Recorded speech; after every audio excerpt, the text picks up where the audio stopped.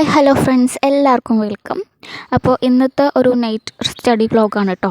അപ്പോൾ ഒരു 9:30 ടു ഒരു 12:30 വരെയാണ് ഞാനിപ്പോൾ പഠിക്കാൻ വേണ്ടിയിട്ട് ഇരിക്കുന്നത്.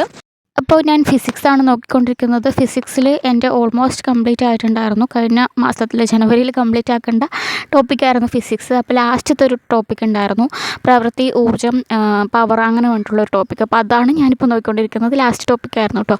അപ്പോൾ അതും കൂടെ കഴിഞ്ഞ് കഴിഞ്ഞാൽ പിന്നെ ഫിസിക്സ് കംപ്ലീറ്റ് ആയി. പിന്നെ വേണം ഇത് കംപ്ലീറ്റ് ചെയ്തിട്ട് വേണം കേട്ടോ എനിക്കിനി ഫെബ്രുവരിയിലത്തെ ടോപ്പിക്കുകളിലേക്ക് കടക്കാൻ വേണ്ടിയിട്ട്. അപ്പോൾ അതാണ് ഞാൻ നോക്കിക്കൊണ്ടിരിക്കുന്നത്. SCERTയുടെ ചാപ്റ്റേഴ്സാണ് നോക്കുന്നത്. അപ്പോൾ ഞാൻ SCERT കംപ്ലീറ്റ് ചെയ്തതാണോ എന്നൊക്കെ കുറേ പേര് ചോദിക്കുന്നുണ്ട്. വീഡിയോ കാണാത്തവരാണെന്ന് തോന്നുന്നു. ഞാൻ SCERT ഒക്കെ മുമ്പേ കവർ ചെയ്തതാണ് കേട്ടോ. അപ്പോൾ ഇപ്പോഴും വീണ്ടും അതൊക്കെ ഒന്ന് റിവിഷൻ ചെയ്ത് നോക്കുകയാണ്. അതിൻ്റെ കൂടെ തന്നെ പിന്നെ റാങ്ക് ഫയലും കൂടെ ഇപ്പോൾ നോക്കുന്നുണ്ട്. അത്രേ ഉള്ളൂ. നമ്മുടെ സ്റ്റഡീസും കാര്യങ്ങളൊക്കെ ഇപ്പോൾ അങ്ങനെയൊക്കെയാണ് മുന്നോട്ട് പോയിക്കൊണ്ടിരിക്കുന്നത്. അപ്പോൾ നമ്മുടെ ഡിഗ്രി ലെവൽ എക്സാംസിൻ്റെ കൺഫർമേഷൻ ഡേറ്റ് വന്നിട്ടുണ്ടായിരുന്നു. നിങ്ങളെല്ലാവരും അറിഞ്ഞിട്ടുണ്ടാവും. നിങ്ങൾക്ക് എല്ലാവർക്കും മെസ്സേജ് വന്നിട്ടുണ്ടാവും എന്ന് വിചാരിക്കുവാണ്. അപ്പോൾ ഫെബ്രുവരി 20 വരെ കൺഫർമേഷൻ കൊടുക്കാനുള്ള ഡേറ്റ് ഉണ്ട്. നേരത്തെ നിങ്ങൾ വൈകിപ്പിക്കേണ്ട. എക്സാം എഴുതാൻ ഉദ്ദേശിക്കുന്നവരൊക്കെ കൺഫർമേഷൻ കൊടുത്തോളുക. പിന്നെ കൺഫർമേഷൻ കൊടുത്തിട്ട് എക്സാം എഴുതാതിരുന്ന എന്തെങ്കിലും കുഴപ്പമുണ്ടോ എന്ന് ഒരാൾ ചോദിച്ചിട്ടുണ്ടായിരുന്നു. ഇതുവരെ PSC അങ്ങനെ കുഴപ്പമൊന്നും ഉണ്ടാക്കിയിട്ടില്ല. അതായത് എല്ലാവരും പറയുന്നത് കേൾക്കുന്നുണ്ട്, ബ്ലോക്കാവും, പ്രൊഫൈൽ ബ്ലോക്കാവും എന്നെല്ലാം പറയുന്നത് കേൾക്കുന്നുണ്ട്. പക്ഷെ ഇങ്ങനെ ആരുടെയും ബ്ലോക്കായിട്ടൊന്നുമില്ല. പക്ഷേ അങ്ങനെ പറയാനും പറ്റില്ല. പെട്ടെന്നായിരിക്കും ചിലപ്പോൾ അങ്ങനെയുള്ള ഇൻസ്ട്രക്ഷൻസ് എല്ലാം വന്ന് ചിലപ്പോൾ നമ്മുടെ പ്രൊഫൈൽ ബ്ലോക്കായിട്ടുണ്ട് പറഞ്ഞാലും നമുക്ക് പിന്നെ ഒന്നും ചെയ്യാൻ കഴിയില്ല. പിന്നെ PSCയുടെ ഓഫീസിലേക്കൊക്കെ പോകേണ്ടി വരും അതൊക്കെ അൺലോക്ക് ചെയ്യാൻ വേണ്ടിയിട്ട്. അപ്പോൾ അതൊക്കെ നോക്കിയിട്ട് നിങ്ങളുടെ സൗകര്യം മനസ്സിലാക്കിയിട്ട് നിങ്ങൾക്ക് കൺഫർമേഷൻ കൊടുക്കാൻ പറ്റുകയാണെന്നുണ്ടെങ്കിൽ കൺഫർമേഷൻ കൊടുക്കുക. അപ്പോൾ ഏതൊക്കെ എക്സാമുകളാണ് നമുക്ക് ഈ ഒരു ഡിഗ്രി പ്രിലിംസ് എക്സാംസിന് ഉള്ളത് എന്നുള്ളത് കുറേ പേര് ചോദിക്കുന്നുണ്ട് കേട്ടോ. അപ്പോൾ കുറേ പരീക്ഷകളുണ്ട്. 2024-ലും 2025-ലൊക്കെ ആയിട്ട് നടക്കുന്ന കുറേ ഡിഗ്രി ലെവൽ എക്സാമുകളുടെ പ്രിലിംസാണിത്. അതിൽ പ്രധാനപ്പെട്ടതെന്ന് പറയുന്നത് LSTD secretary, Kerala bank assistant manager, armed police sub inspector trainee, sub inspector of police trainee, excise inspector trainee, marketing organiser എന്ന് പറയുന്ന പരീക്ഷകളൊക്കെയാണ് പ്രധാനപ്പെട്ടത് കേട്ടോ. ഇപ്പോൾ ഡിഗ്രി ലെവൽ എക്സാംസിന് പ്രിപ്പയർ ചെയ്യാൻ ഉദ്ദേശിക്കുന്നവരൊക്കെ അവരുടെ പ്രിപ്പറേഷൻ കുറച്ചും കൂടെ സ്പീഡപ്പ് ആക്കേണ്ട ഒരു സമയമാണ് കേട്ടോ. കാരണം വളരെ പെട്ടെന്നാണ് നോട്ടിഫിക്കേഷൻസ് വരുന്നതും കൺഫർമേഷൻസ് വരുന്നതും ഒക്കെ. ജനുവരി 31-നാണ് ആപ്ലിക്കേഷൻ്റെ ഡേറ്റ് ക്ലോസ് ചെയ്തിട്ടുണ്ടായിരുന്നത്. ഫെബ്രുവരി 1 തന്നെയാണ് കൺഫർമേഷൻ ഡേറ്റ് വന്നത്. ഏപ്രിലാണ് പ്രിലിംസ് വെച്ചിട്ടുള്ളത്. പ്രിലിംസ് കഴിഞ്ഞിട്ടുണ്ട് പറഞ്ഞാലും അതിൻ്റെ മെയിൻസും പെട്ടെന്ന് നേരം വരും കേട്ടോ. ഓഗസ്റ്റ് മുതൽ മെയിൻസ് സ്റ്റാർട്ട് ചെയ്യുന്നൊക്കെയാണ് PSCയുടെ പുതിയ കലണ്ടർ വന്നപ്പോൾ അതിലൊക്കെ പറയുന്നത്. അപ്പോൾ വളരെ വേഗത്തിലുള്ള പ്രിപ്പറേഷനാണ് നമുക്ക് ചെയ്ത് പോവേണ്ടത്. അപ്പോൾ കുറേ പേരിങ്ങനെ പരാതി പറയുന്നുണ്ട്, സിലബസ് പെട്ടെന്ന് കംപ്ലീറ്റ് ചെയ്ത് തീരുന്നില്ല, റാങ്ക് ഫയൽ പെട്ടെന്ന് കംപ്ലീറ്റ് പറ്റുന്നില്ല, എന്താണ് ചെയ്യുന്നത്, എങ്ങനെയൊക്കെയാണ് പെട്ടെന്ന് സിലബസ് ഞാൻ എങ്ങനെയാണ് പെട്ടെന്ന് കംപ്ലീറ്റ് ആക്കുന്നത് എന്നുള്ള കാര്യങ്ങളൊക്കെയാണ് കേട്ടോ. അപ്പോൾ നിങ്ങൾ ഒരിക്കലും ഞാനുമായിട്ട് നിങ്ങളെ കമ്പയർ ചെയ്യരുത്.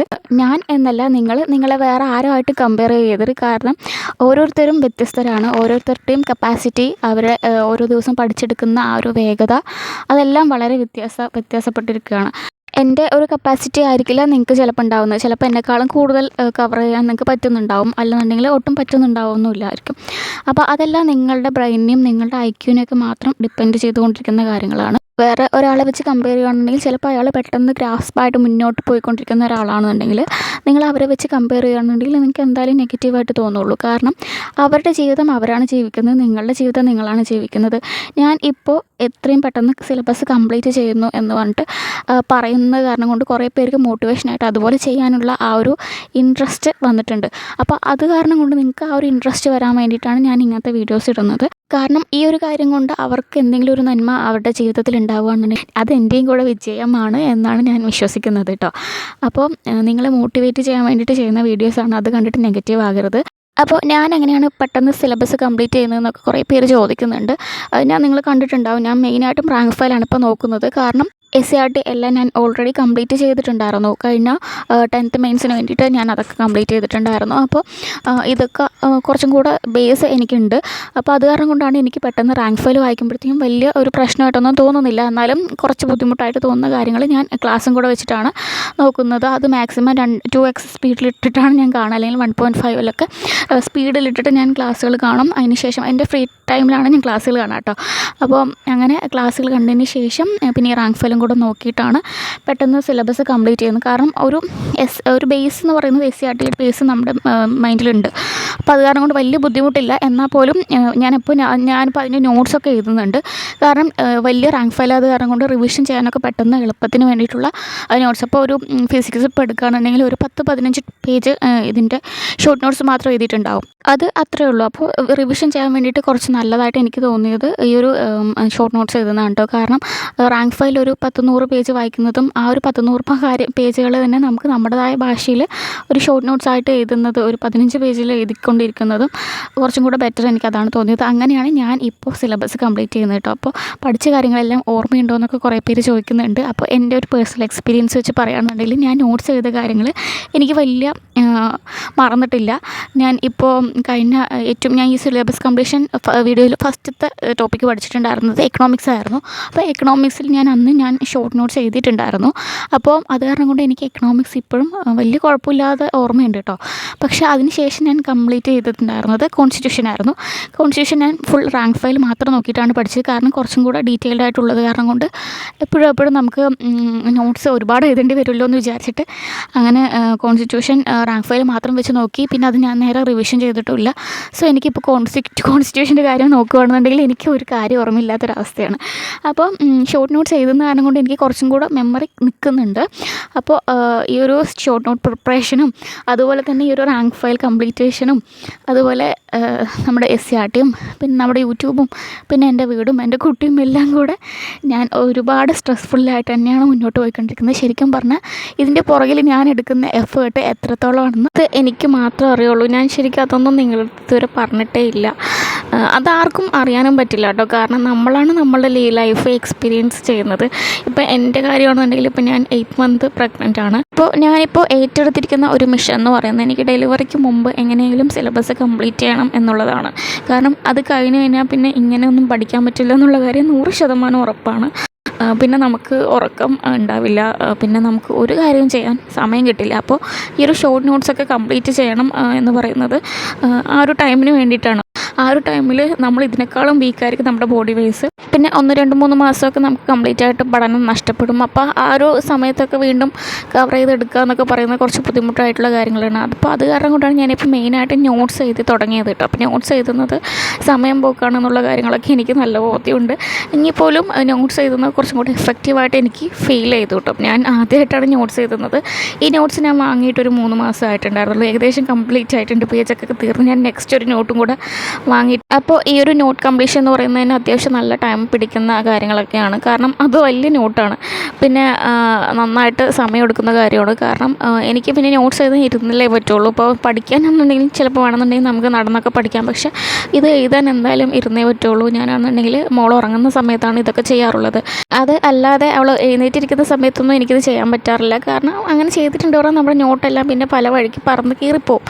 അങ്ങനെയൊക്കെ പ്രശ്നങ്ങളൊക്കെ ഉണ്ട്. അപ്പോൾ അത് കാരണം കൊണ്ട് രാത്രിയിൽ ഞാൻ നന്നായിട്ട് ഇരുന്ന് എഴുതാറുണ്ട്. അപ്പോൾ മോൾ അതിൻ്റെ ഇടയിൽ കൂടെ ഇടയ്ക്ക് എഴുന്നേൽക്കും. ഞാൻ നന്നായിട്ടൊന്ന് ക്ഷീണിച്ചിട്ടായിരിക്കും ചിലപ്പോൾ ഒന്ന് കിടക്കണം എന്ന് പറഞ്ഞിട്ട് പോകുമ്പോഴായിരിക്കും അവൾ എഴുന്നേൽക്കുന്നത്. പിന്നെ അവളെ ഉറക്കേണ്ടി വരും. പിന്നെ നമുക്ക് ഉറങ്ങാനോ കിടക്കാനോ ഒന്നിനൊന്നും പറ്റില്ല. ചിലപ്പോൾ അങ്ങനെ രാത്രി മുഴുവൻ ഉറക്കം ഇല്ലാത്ത ദിവസങ്ങളൊക്കെ ഉണ്ടായിട്ടുണ്ട്. അപ്പോൾ ഇതിപ്പോൾ തന്നെ ശരിക്കും പറഞ്ഞാൽ എനിക്ക് ഇരിക്കാൻ നല്ല ബുദ്ധിമുട്ടുണ്ട്. കാരണം നമ്മൾ ഉദ്ദേശിക്കുന്ന രീതിയിലൊന്നും നമുക്കിപ്പോൾ ഇരിക്കാൻ പറ്റുന്നില്ല. കാരണം അത്യാവശ്യം വയറൊക്കെ ഉള്ള കാരണം കൊണ്ടാണ് കേട്ടോ. പിന്നെ കുറേ നേരം ഇരിക്കുമ്പോഴത്തേക്ക് നല്ല ബാക്ക് പെയിൻ ഉണ്ട്. പിന്നെ സ്റ്റിച്ച് പെയിൻ വരുന്നുണ്ട്. പിന്നെ കുറേ നേരം ഇരിക്കുമ്പോഴത്തേക്ക് കാലൊക്കെ നന്നായിട്ട് നീരൊക്കെ വരുന്നുണ്ട്. അപ്പോൾ അങ്ങനെ ഓരോരോ ബുദ്ധിമുട്ടുകൾക്കിടയിൽ കൂടെ തന്നെയാണ് കേട്ടോ ഞാനിതൊക്കെ കംപ്ലീറ്റ് ചെയ്യുന്നത്. കാരണം നമുക്ക് സമയമില്ല എന്ന് പറയുന്നതും നമ്മുടെ ഓരോരോ അസ്വസ്ഥതകളും അസൗകര്യങ്ങളും എല്ലാം നമ്മുടെ മാത്രം പ്രശ്നമാണ്. അതൊന്നും വേറെ ആരുടെയും ഒരു പ്രശ്നമല്ല. നമുക്കതിന് ആരെയും കുറ്റം പറയാനും പറ്റില്ല. കാരണം അവസരങ്ങളെന്ന് പറയുന്നത് നമുക്ക് എപ്പോഴും വീണ് കിട്ടുന്നതല്ല. നമുക്കിപ്പോൾ ഈ ഒരു LDC വന്നു, അതുപോലെ LSTS, അതുപോലെ ഒരുപാട് നല്ല നല്ല കുറേ പരീക്ഷകൾ വരുന്നുണ്ട്.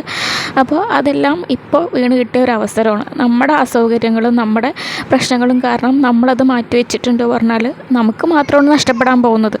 അതുകൊണ്ട് ഒത്തിരി കഷ്ടപ്പെട്ടാണെന്നുണ്ടെങ്കിലും എന്നെക്കൊണ്ട് ചെയ്യാൻ പറ്റുന്നതിൻ്റെ മാക്സിമം ഞാൻ ചെയ്യുവാണ്. ഇപ്പോൾ എനിക്കെന്ന് പറഞ്ഞാൽ ഈ ഒരു ഫെബ്രുവരി ആൻഡ് മാർച്ചോടെ എൻ്റെ കാര്യം കഴിഞ്ഞു. ഇപ്പം നിങ്ങൾക്ക് കുറച്ചും കൂടെ സമയമുണ്ട്. എനിക്കങ്ങനെയല്ല. ഈ ഒരു സമയത്തിനുള്ളിൽ എൻ്റെ ഒരു സിലബസ് കംപ്ലീറ്റ് ചെയ്ത് കഴിഞ്ഞിട്ടില്ല എന്ന് പറഞ്ഞാൽ പിന്നെ എനിക്ക് ഒരിക്കലും ആ ഒരു പഴയ ഒരു ഇതിലേക്ക് എനിക്ക് വരാൻ കഴിയില്ല. സിലബസ് കംപ്ലീറ്റ് ചെയ്താൽ മാത്രമേ എനിക്ക് എൻ്റെ കാര്യത്തിലേക്ക് ഒരു പോസിബിലിറ്റി കാണാൻ പറ്റുള്ളൂ. അപ്പോൾ ഈ വരുന്ന എക്സാമുകളിൽ ഏതെങ്കിലും ഒന്നെങ്കിലും ക്രാക്ക് ചെയ്യുക എന്ന് പറയുന്നത് എന്നെ സംബന്ധിച്ച് അത്രയും അത്യാവശ്യമുള്ളൊരു കാര്യമാണ്. പിന്നെ ഇതെന്ന് പറയുമ്പോൾ ഞാനിപ്പോൾ കുറച്ച് സ്പീഡായിട്ട് പോകുന്നുണ്ടെന്ന് പറഞ്ഞാലും ഇത് നമ്മൾ എക്സാമിൻ്റെ സമയത്ത് കൂടുതൽ പഠിക്കുന്നത് കൊണ്ടാണ് നമുക്ക് യൂസ്ഫുൾ ഉണ്ടാവുക. ഇപ്പോൾ നമ്മൾ ഭയങ്കര ഹൈപ്പായിട്ട് പഠിച്ച അവസാനം ഒന്നും പഠിക്കാനാവാത്ത അവസ്ഥയായിരിക്കും ചിലപ്പോൾ എനിക്കുണ്ടാകാൻ പോകുന്നത്. അപ്പോൾ അങ്ങനെയും ഒരു പ്രശ്നമുണ്ട്. ഇപ്പോൾ നമ്മൾ ഒരുപാട് പഠിച്ചു എന്ന് പറഞ്ഞിട്ട് കാര്യമൊന്നുമില്ല. നമ്മൾ എക്സാമിൻ്റെ ആ ഒരു സമയത്ത് ആ ഒരു 2-3 മാസം എത്ര ഹാർഡ് വർക്ക് ഇടുന്നു എന്നതിനെ ഡിപ്പെൻഡ് ചെയ്തിട്ടായിരിക്കും നമ്മുടെ റിസൾട്ട് വരാൻ പോകുന്നത്. അപ്പോൾ അതൊക്കെ ആലോചിച്ച് തുടങ്ങിയിട്ടുണ്ട് പറഞ്ഞാൽ നമുക്ക് ടെൻഷൻ അടിക്കാൻ പിന്നെ വേറൊരു കാര്യവും വേണ്ട. അപ്പോൾ അത് കാരണം കൊണ്ട് മാക്സിമം അങ്ങനെയുള്ള കാര്യങ്ങളെല്ലാം ഇപ്പോൾ മറന്നപ്പോൾ ചെയ്യാൻ പറ്റുന്നതിൻ്റെ മാക്സിമം ചെയ്യുകയാണ് കേട്ടോ. അപ്പോൾ ഞാനിപ്പോൾ ചെയ്യുന്ന കാര്യങ്ങളെല്ലാം എന്നെ അറിയുന്ന കുറേ പേരുണ്ട്. അപ്പോൾ അവർക്കൊക്കെ ഭയങ്കര ഭ്രാന്തായിട്ട് തോന്നുന്നുണ്ടാകും. അത് പലപ്പോഴും അവർ കമൻറ്റിലൂടെ എന്നെ അറിയിക്കുന്നുണ്ട്. അതായത് ഞാനിങ്ങനെ നൈറ്റ് വ്ളോഗൊക്കെ ചെയ്യുന്ന കാരണം കൊണ്ട് ചിലപ്പോഴൊക്കെ അവരിങ്ങനെ പറയാറുണ്ട് കേട്ടോ, ഇങ്ങനെ മെൻ്റലാണ് അങ്ങനെയൊക്കെ പണ്ടുള്ള കമൻറ്റുകളൊക്കെ ഞാൻ വരാറുണ്ട്. ചിലതിനൊന്നും ഞാൻ റെസ്പോണ്ട് ചെയ്യാറേ ഇല്ല. ഞാൻ മനസ്സിലാക്കിയിടത്തോളം അവർക്ക് ഈ ഒരു കാര്യത്തെക്കുറിച്ചൊന്നും ഒരു ഐഡിയ ഇല്ലാത്ത കാരണം കൊണ്ടൊക്കെയാണ് അവരിങ്ങനെയൊക്കെ പറയുന്നത്. ഞാൻ ചെയ്യുന്ന കാര്യങ്ങളെല്ലാം, അല്ലെങ്കിൽ നമ്മൾ ചെയ്യുന്ന കാര്യങ്ങൾ, ഇതിപ്പോൾ എൻ്റെ കാര്യം മാത്രമല്ല കേട്ടോ, നമ്മളൊരു PSC ആസ്പിറൻറ്റ് അത്രയും ഡെഡിക്കേറ്റഡ് ആയിട്ട് കുറച്ച് കാര്യങ്ങൾ ചെയ്യുന്ന കാണുമ്പോഴത്തേക്ക് നമ്മളുടെ സ്വപ്നം നേടുന്നത് വരെയും പലർക്കും അത് തമാശയാണ്. അപ്പോൾ അങ്ങനെയുള്ള കാര്യങ്ങളും ഉണ്ട്. പക്ഷേ ചിലവരുണ്ട്, അവർക്ക് എങ്ങനെ എന്നെ പേഴ്സണലി അറ്റാക്ക് ചെയ്യണമെന്ന് നന്നായിട്ട് അറിയാം. എൻ്റെ വീക്ക്നെസ്സിൽ കയറിയിട്ടാണ് അവർ കമൻറ്റ് ഇടുന്നത്. ഞാൻ ഡീറ്റെയിൽഡായിട്ട് ചെക്ക് ചെയ്ത് ഇങ്ങനെ ഒരു ഐഡിയിൽ നിന്ന് തന്നെ കുറേ കമൻറ്റൊക്കെ വരുന്ന സമയത്ത് നമ്മളെന്തായാലും കയറി നോക്കുമല്ലോ. അപ്പോൾ എനിക്കറിയുന്ന ആൾ തന്നെയാണ്.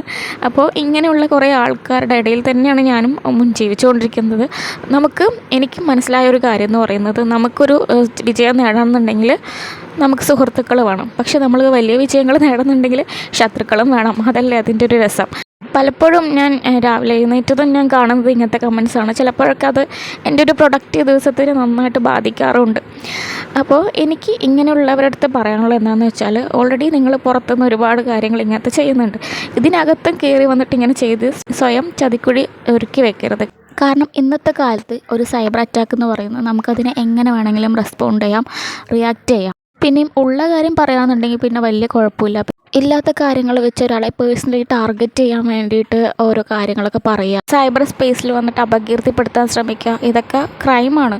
എനിക്കിത് റെസ്പോണ്ട് ചെയ്യാൻ അറിയില്ല. അത് കാരണം കൊണ്ടാണ് ഞാൻ ഇതിനെക്കുറിച്ചൊന്നും പറയാതിരിക്കുന്നത്. പക്ഷേ എനിക്ക് തോന്നിയത്, ഞാൻ റെസ്പോണ്ട് ചെയ്യാതിരിക്കുന്ന കാരണം കൊണ്ടാണ് ഇതിൻ്റെ അളവ് കൂടുന്നതെന്ന്. ഞാൻ മിക്കവാറും ഡിലീറ്റ് ചെയ്ത് വിടുന്നത് എൻ്റെ മാനസികാവസ്ഥയിൽ അപ്പോൾ എനിക്ക് ചെയ്യാൻ തോന്നുന്ന കാര്യം അതായത് കാരണം കൊണ്ടാണ്.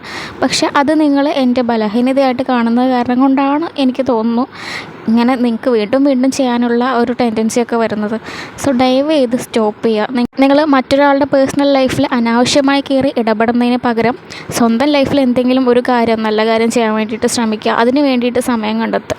അപ്പോൾ കുറേ നാളായിട്ട് പറയണമെന്ന് വിചാരിച്ചൊരു കാര്യമാണ് കേട്ടോ. അതൊരാളെ മാത്രം ഉദ്ദേശിച്ചുകൊണ്ട് പറയുന്നതാണ്.